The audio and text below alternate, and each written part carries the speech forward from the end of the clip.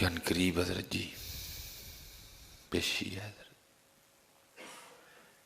اور یاد رکھیے گا حضرت، اس کے دل میں نا اس کو اتنا اختیار نہیں دیا گیا کہ یہ میرا ہاتھ پکڑ کے نا مجھ سے گناہ کروانے لے جائے. اس کا اختیار صرف اتنا ہے کہ یہ دل میں بار ڈال سکتا ہے، اس سے زیادہ کچھ نہیں کر سکتا. بس یہ ہم سے جج نہیں ہوتا کہ یہ جو بات آئی ہے یہ قابل عمل ہے کہ نہیں ہے. بس بات آئی فوراً دے طلاق، ہو گئی طلاق. اس طرح ہو نہیں رہا. ایک بزرگ تھے، کیونکہ حضرت کہتے ہیں ہر بندے کے ساتھ ایک شیطان بھی ہے، ایک فرشتہ بھی ہے. یہ مفہوم ہے کہ جب ہم رات کو اپنی چارپائی پہ لیٹتے ہیں نا سونے کے لیے، دائیں جانب فرشتہ کھڑا ہوتا ہے اور بائیں جانب شیطان. اگر تو ہم اللہ کا ذکر کر کے سوتے ہیں تو پھر شیطان کہتا ہے اب تو نے اللہ کو پکار لیا، اب تو اللہ کی پناہ میں، اب میں تیرا کچھ نہیں بگاڑ سکتا، اس لیے میں جا رہا ہوں. پھر ساری رات دائیں جانب فرشتہ بندے کی حفاظت کے لیے کھڑا رہتا ہے. اگر بندہ اللہ کا ذکر کرتے ہوئے نہیں سوتا تو پھر کیا ہوتا ہے؟ پھر وہ فرشتہ چھوڑ کے چلا جاتا ہے اور بندے کی ساری رات شیطان کے ساتھ گزرتی ہے. بندے کی ساری رات شیطان کے ساتھ گزرتی. بندے کے ساتھ فرشتہ بھی ہے، اور فرشتہ اچھی بات ڈالتا ہے اور شیطان. بس ہم سے یہ جج نہیں ہوتا حضرت کہ فرشتے والی کون سی ہے اور شیطان والی کون سی. ایک بزرگ تھے، وہ ایک دن اپنے پیر و مرشد کے ساتھ کہیں جا رہے تھے، تو راستے میں پیر و مرشد کا جوتا ٹوٹ گیا. اب وہ سردی بڑی تھی حضرت جی، اب وہ ننگے پاؤں نہ چل رہے تھے.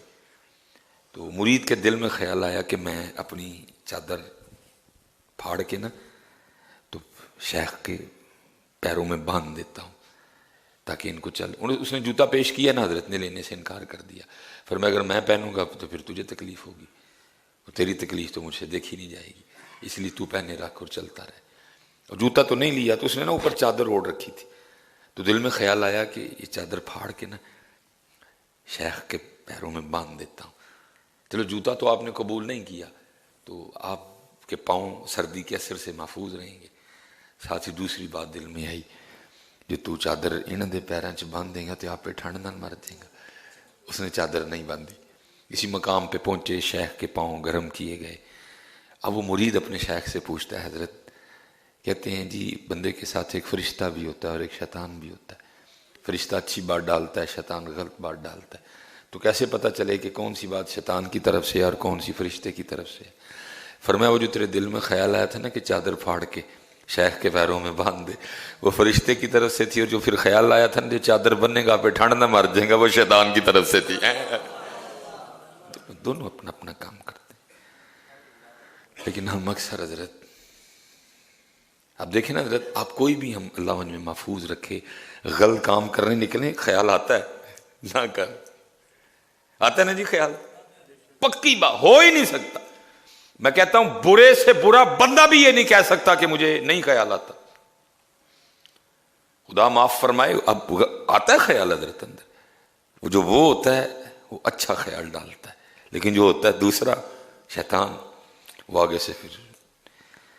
اور اللہ معاف فرمائے اکثر و پیشتر حضرت ہم شیطانی کی مانتے ہیں حضرت، اللہ اور اللہ کے نبی علیہ السلام کی نہیں. لیکن اتنا یاد رکھیے گا، اس کو صرف اتنا اختیار ہے کہ وہ میرے دل میں بات ڈال سکتا ہے. اس سے زیادہ وہ مجھے حضرت جی موٹر سائیکل پہ بٹھا کے زنا کروانے نہیں لے جا سکتا. وہ صرف میرے دل میں زنا کا خیال ڈالے گا حضرت، باقی جو کرنا میں نے خود کرنا ہے. وہ مجھے اپنے پاس سے پیسے دے کے گاڑی میں پیٹرول ڈلوا کے وہ حضرت جی مجھے سینے میں فلم دیکھنے نہیں لے جا سکتا حضرت. وہ صرف دل میں خیال ڈالے گا. ہم کہتے ہیں نا یار دل کردہ پہ کوئی چنگی جی فلم دیکھی ہے، وہ صرف اتنا اختیار رکھتا ہے حضرت. وہ مجھے اپنی گاڑی پہ بٹھا کے نائی کی دکان پہ نہیں لے جا سکتا داڑھی اتروانے کے لیے. وہ جانا بھی میں نے ہے، کہنا بھی میں نے ہے، اپنی جیب سے نکال کے پیسے بھی میں نہیں دینے ہیں حضرت. وہ صرف اتنا کرے گا کہ حضرت دل میں خیال ڈالے گا حضرت، اور ہم نے اس خیال کا رد کرنا ہے حضرت. نہیں بھائی، میرے اللہ اور اللہ کے نبی نے منع کیا، وَلَا تَقْرَبُوا الزِّنَا، زنا کے قریب بھی نہیں جانا. بھائی اللہ اور اللہ کے رسول نے منع کیا فلم سے، اللہ اور اللہ کے رسول نے منع کیا اس کام سے حضرت. اتنا اس کے پاس ہے، اس سے زیادہ۔ وہ ایک بزرگ تھے، بڑے بڑے بزرگوں نے نبی پاک علیہ السلام کی بارگاہ میں آیا ایک بار، یہ بڑے بدصورت بوڑھے کی شکل میں نبی پاک علیہ السلام کی بارگاہ میں حاضر ہوا۔ نبی علیہ السلام مسجد نبوی شریف سے تشریف لا رہے تھے، تو یہ نبی پاک علیہ السلام کی بارگاہ میں آیا۔ نبی علیہ السلام نے اس سے کچھ سوالات کیے، اس نے اس کے جواب بھی دیے آگے سے۔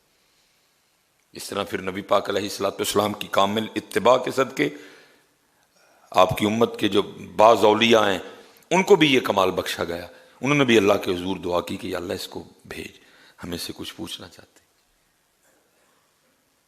یہ پھر آیا، بڑے بڑے بزرگوں کے واقعات لکھے ہیں، انہوں نے سوال پوچھے بھی اس سے کہ سب سے زیادہ کس حالت میں تو بندے پہ غالب آتا ہے؟ اس نے کہا غصے میں۔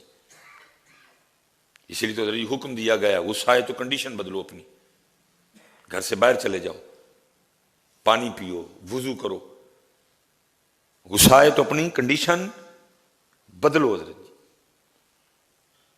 چینج کر جاؤ، نکل جاؤ گھر سے باہر، کیونکہ حضرت جی اگر آپ نے نہ بدلا تو اینڈ پھر کیا ہونا ہے؟ طلاق۔